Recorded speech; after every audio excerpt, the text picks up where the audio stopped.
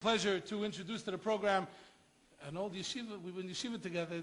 We do different times. Rabbi Yitzchok Fingerer, he is the Rav, the Rabbi of the Brooklyn. Okay, what is the name of the yeshiva? I'm sorry. Brooklyn Jewish Experience. That is correct. And he also gives a lecture every Wednesday morning on Hidabroot. And we're here. First of all, you're doing Kiruv and you're doing unbelievable things, and you're involved with Hidabroot. And tell me a little bit, how did you get involved in Kiruv? Before you're going to speak to our audience a little bit and tell them why it's important to do Kiruv and why it's important. How did you get involved in the Kiruv movement and the Kiruv organization, such as Hidabroot or your shul, so on and so forth? So first of all, it's wonderful to be here. Thank you. I got involved because it's in my roots. My parents and grandparents inculcated within me the need and the tremendous joy of reaching out to our brothers and sisters. So it's in my blood, and it was nurture in nature.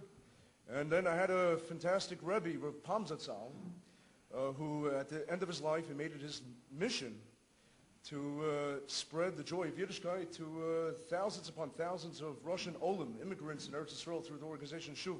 Right. So, Baruch Hashem, I try to live up to their expectations. So, and you obviously in Yeshua, you give all these lectures, you give on the radio. How's it like? I'm sure you have stories of people that you brought them back, or you're on the way of bringing them back. How do you connect, first of all, to somebody that's not affiliate at all? How do you get them to want to get involved in Yiddishkeit? How do you even to open them up? I know, like we mentioned before, Hidabroot, the station, the channel in Israel, it goes into their home and they follow it by chance, they like it, and then they get involved and they want to hear more. But how do you start that? How do you start that first connection with somebody that doesn't know anything about Yiddishkeit, and many of them don't even want to know about Yiddishkeit? Yeah, it's a great question.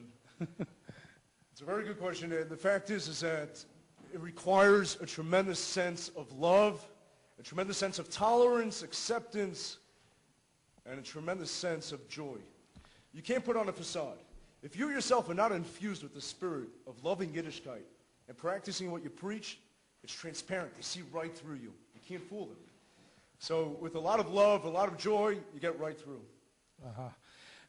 One of the things they say is that you say there's an emergency in Brooklyn. Emergency in Brooklyn, yes. So tell us about what you think the emergency in Brooklyn is. All right, so I'm going to give you a long-winded answer. That's right, and okay, so I personally think, and we'll see if everybody agrees with me, that the most mesmerizing and captivating 5 words uttered in the entire Torah, and perhaps in world history, were the words that we find in Parshas Vayigash.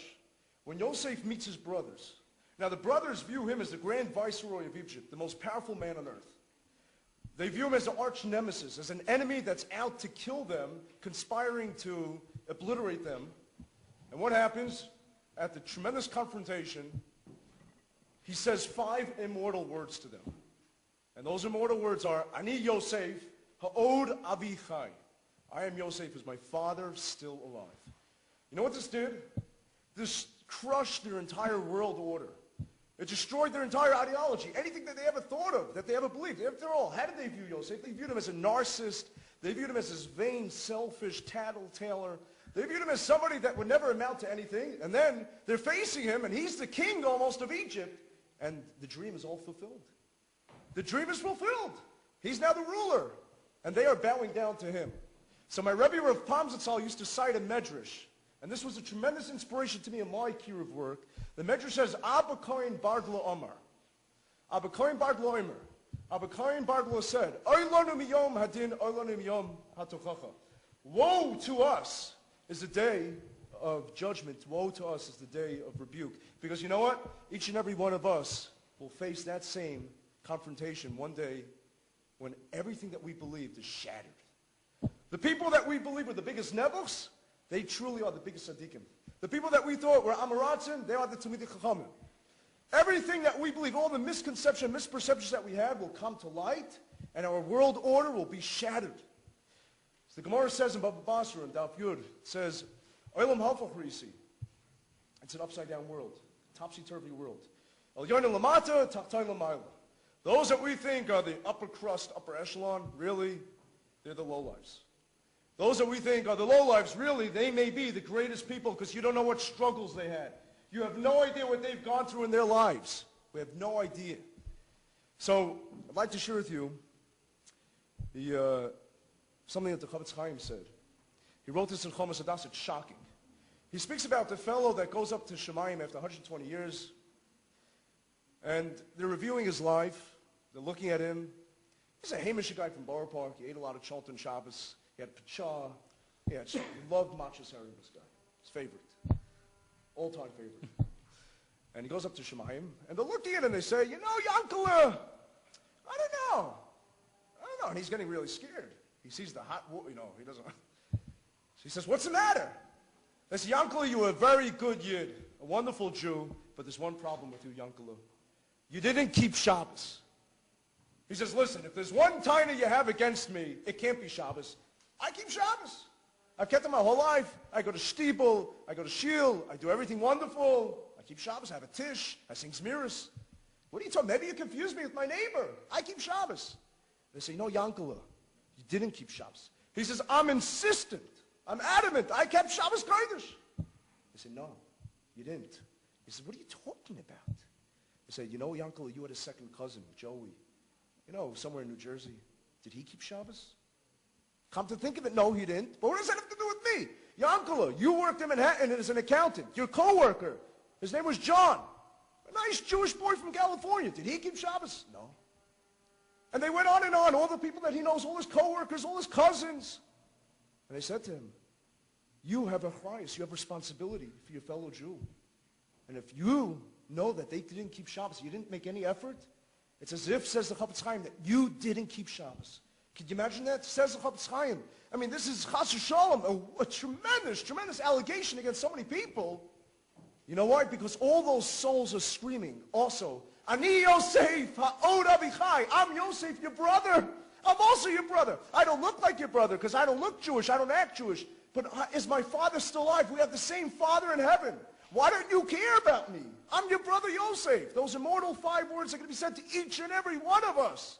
And what are we going to do about it? You know, Yoli, the Torah says, Bonim atem l'Shem Elokeichem, which means that we are children of God, of the Rebbeinu Shalom. If we're children, that means he's our parent. The greatest pain in the world that any parent, chas v'shalom, everybody should be spared. But the biggest pain that a parent can have is when their child gets estranged or alienated. I mean, it's the worst pain, the worst suffering. The worst pain that the Rebbeinu Shalom has today is that his children are alienated. And Brooklyn is an emergency because almost 70% of Brooklyn, people think that this is the epicenter of Yiddishkeit. We have the most mikvos, the most yeshivas, the most kosher restaurants. You know what? Almost 70% of Jews living in Brooklyn are not religious, and until the Brooklyn Jewish Experience came along as the first really mainstream organization to go ahead and to be there for these people, we deal with those from 18 to 33 years old. We try to deal with everybody, but it's hard to stretch ourselves too thin. And we're there, Yom V'Layla, day and night, to counsel them, to mentor them, to give shiurim, lectures, dinners, Yom Tovim. We just had a Shabbaton 3 weeks ago. 60 Jews, most of them never experienced a Shabbos in their lives. Local Jews, they came together. And we couldn't get rid of them. They wanted to stay there. They could have left Friday night in their cars. They had every wherewithal to go ahead and leave.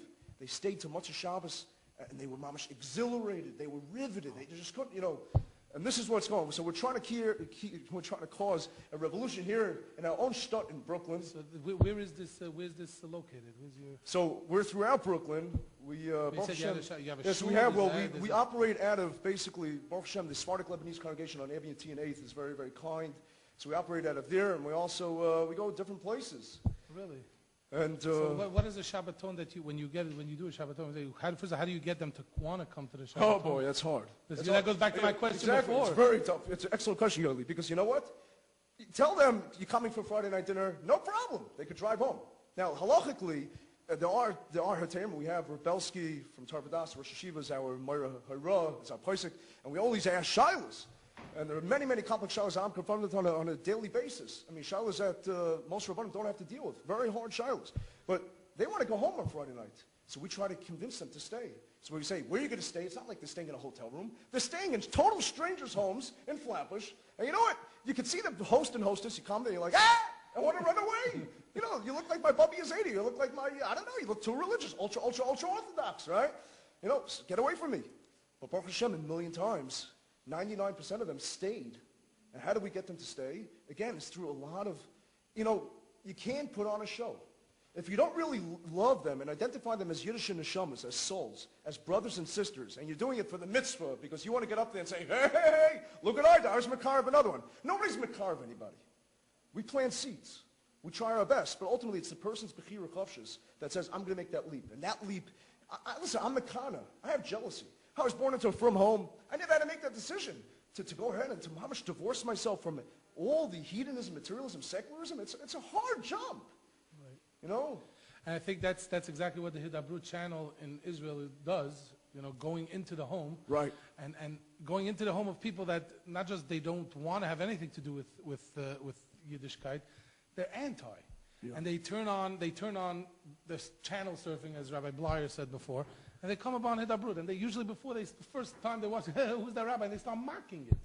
And before you know it, something touches them, that pintaliyid, it touches them something in the heart, something touches them in the heart, and they want to.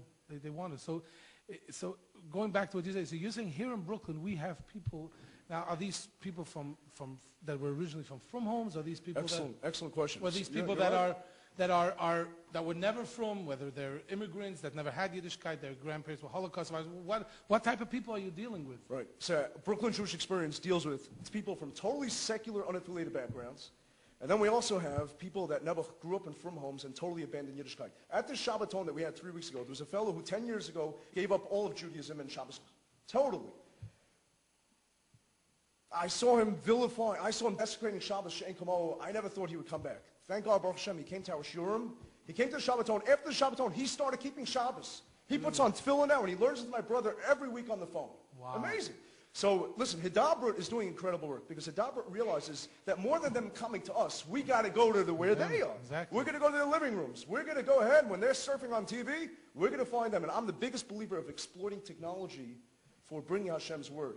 So I encourage everybody very, very strongly to enter the raffle by calling 1-877-443-2276. That's 1-877-HIDABROOT. And if you want to get involved with Brooklyn Jewish Experience, first of all, we're struggling financially terribly. We're trying to stay afloat. Just email me. Or if you want to be a mentor, we need people to learn with people. We need people who really exude with that tremendous effervescence, that tremendous zeal for being Hashem's emissary.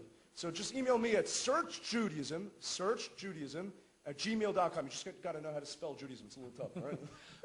So spell it out for them. Search Judaism. So it's search, SEARCH, JUDAISM @gmail.com. And you'll be able to reach Rabbi Finger. And so just back to one thing.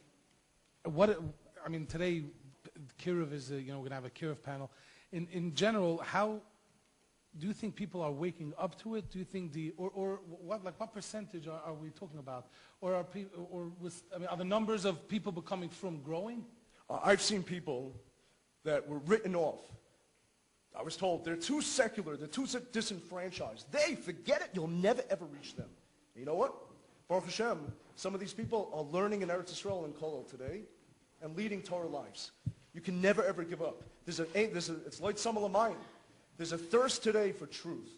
There's a thirst today for authenticity.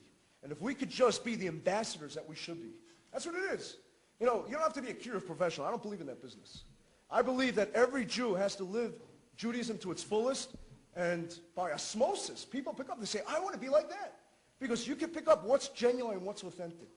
Wow. Very good. Thank you very much, Rabbi Yitzchok Fingerer. If you want to hear him every Wednesday morning, 9 o'clock on 97.5 on the Radio Hidabroot and RadioHidabroot.com. Thank you very much for joining us. And go out and buy the raffle. Thank you very much. Sure. Okay.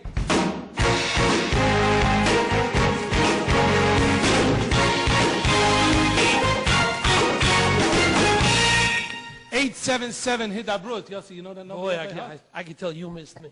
877 Hidabroot. Before we get Yossi, you have another surprise for us. I saw it back there. Sure, what about, we're just getting started. What just you told me but the you said this goes till 4 o'clock at night, you said. No? 4 o'clock at night. In the morning, AM, PM. No,